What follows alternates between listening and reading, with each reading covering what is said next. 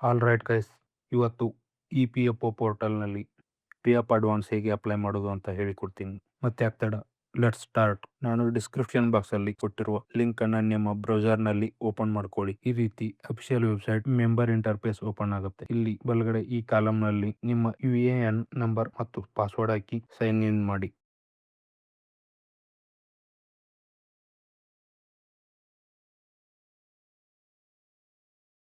ನಿಮ್ಮ PF ಅಕೌಂಟಿಗೆ link ಇರೋ ಮೊಬೈಲ್ಗೆ OTP ಬರುತ್ತೆ. ಇಲ್ಲಿ ಟೈಪ್ ಮಾಡಿ ಸಬ್ಮಿಟ್ ಕೊಡಿ.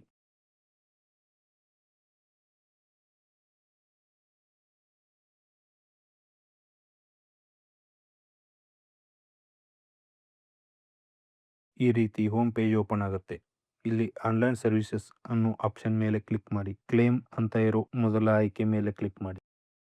ಇಲ್ಲಿ ನಿಮ್ಮ ಎಲ್ಲ ಡೀಟೇಲ್ಸ್ ಇರೋ ಈ ಪೇಜ್ ಓಪನ್ ಆಗುತ್ತೆ. ಇಲ್ಲಿ ನಿಮ್ಮ UAN ಗೆ ಲಿಂಕ್ ಇರೋ ಬ್ಯಾಂಕ್ ಅಕೌಂಟ್ ನಂಬರ್ ಟೈಪ್ ಮಾಡಿ ವೆರಿಫೈ ಕೊಡಿ.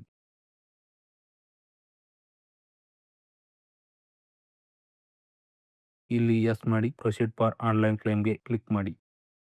ಈ ಪೇಜಲ್ಲಿ ಈ ಕೊನೆ ಆಪ್ಷನ್ ಸೆಲೆಕ್ಟ್ ಕ್ಲೇಮ್ ಆಪ್ಷನ್ ಮೇಲೆ ಕ್ಲಿಕ್ ಮಾಡಿ. PF ಅಡ್ವಾನ್ಸ್ಗೆ ಫಾರ್ಮ್ 31 ಸೆಲೆಕ್ಟ್ ಮಾಡಿ. ಈ ರೀತಿ ಮತ್ತಷ್ಟು ಆಪ್ಷನ್ಗಳು ಓಪನ್ ಆಗುತ್ತವೆ. ಇಲ್ಲಿ ಸೆಲೆಕ್ಟ್ ಸರ್ವಿಸ್ ಆಪ್ಷನ್ ನಲ್ಲಿ ನೀವು ಕೆಲಸ ಮಾಡುತ್ತಿರುವ ಯಾವ ಕಂಪನಿಯ ಅಕೌಂಟ್ ನಿಂದ PF ಅಡ್ವಾನ್ಸ್ ಅಪ್ಲೈ ಮಾಡಬೇಕು ಅಂತಿರೋ ಆ ಕಂಪನಿ ಸೆಲೆಕ್ಟ್ ಮಾಡಿ. ಇದಾದ ನಂತರ ನಿಮಗೆ PF ಅಡ್ವಾನ್ಸ್ ಯಾಕೆ ಬೇಕು ಅಂತ ಕಾರಣ ಸೆಲೆಕ್ಟ್ ಮಾಡಿ. ಕೆಳಗೆ ಎಷ್ಟು ಅಮೌಂಟ್ ಬೇಕು ಟೈಪ್ ಮಾಡಿ. ಇಲ್ಲಿ ಅಮೌಂಟ್ ಹಾಕುವಾಗ ನಿಮ್ಮ PF ಅಕೌಂಟ್ ನಲ್ಲಿ ಇರುವ ಅಮೌಂಟ್ ಗಿಂತ ಹೆಚ್ಚಿಗೆ ಹಾಕಿದ್ರೆ ಅಪ್ಲಿಕೇಶನ್ ರಿಜೆಕ್ಟ್ ಆಗುತ್ತೆ. ಸೊ ಮೊದಲು ಬ್ಯಾಲೆನ್ಸ್ ಚೆಕ್ ಮಾಡಿ ನಂತರ ಇಲ್ಲಿ ಅಮೌಂಟ್ ಟೈಪ್ ಮಾಡಿ.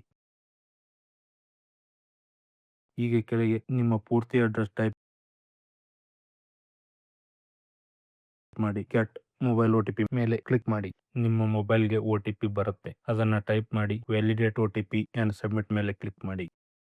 ಈಗ ಫಾರ್ಮ್ ಸಬ್ಮಿಟೆಡ್ ಸಕ್ಸಸ್ಫುಲಿ ಅಂತ ಗ್ರೀನ್ ಕಲರ್ ನಲ್ಲಿ ಬರುತ್ತೆ. ಇಲ್ಲಿ ನೀಲಿ ಬಣ್ಣದಲ್ಲಿ ಇರೋ ಕ್ಲಿಕ್ ಹಿಯರ್ ಮೇಲೆ ಕ್ಲಿಕ್ ಮಾಡಿ. ಅಪ್ಲಿಕೇಶನ್ ಅಕ್ನಾಲೆಜ್ಮೆಂಟ್ PDF ಓಪನ್ ಆಗುತ್ತೆ.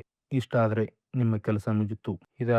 ಇದಾದ ಒಂದು ವಾರದೊಳಗೆ ನಿಮ್ಮ ಬ್ಯಾಂಕ್ ಅಕೌಂಟ್ಗೆ ಅಮೌಂಟ್ ಬರುತ್ತೆ. ಕೆಲವೊಂದು ಸಲ ಲೇಟು ಆಗ್ಬೋದು, ಸ್ವಲ್ಪ ವೇಟ್ ಮಾಡಿ. That's it guys. ವಿಡಿಯೋ ಇಷ್ಟ ಆಗಿದ್ರೆ ಲೈಕ್ ಮಾಡಿ. ಮುಂದಿನ ವಿಡಿಯೋಗಳಿಗಾಗಿ ಸಬ್ಸ್ಕ್ರೈಬ್ ಮಾಡಿ.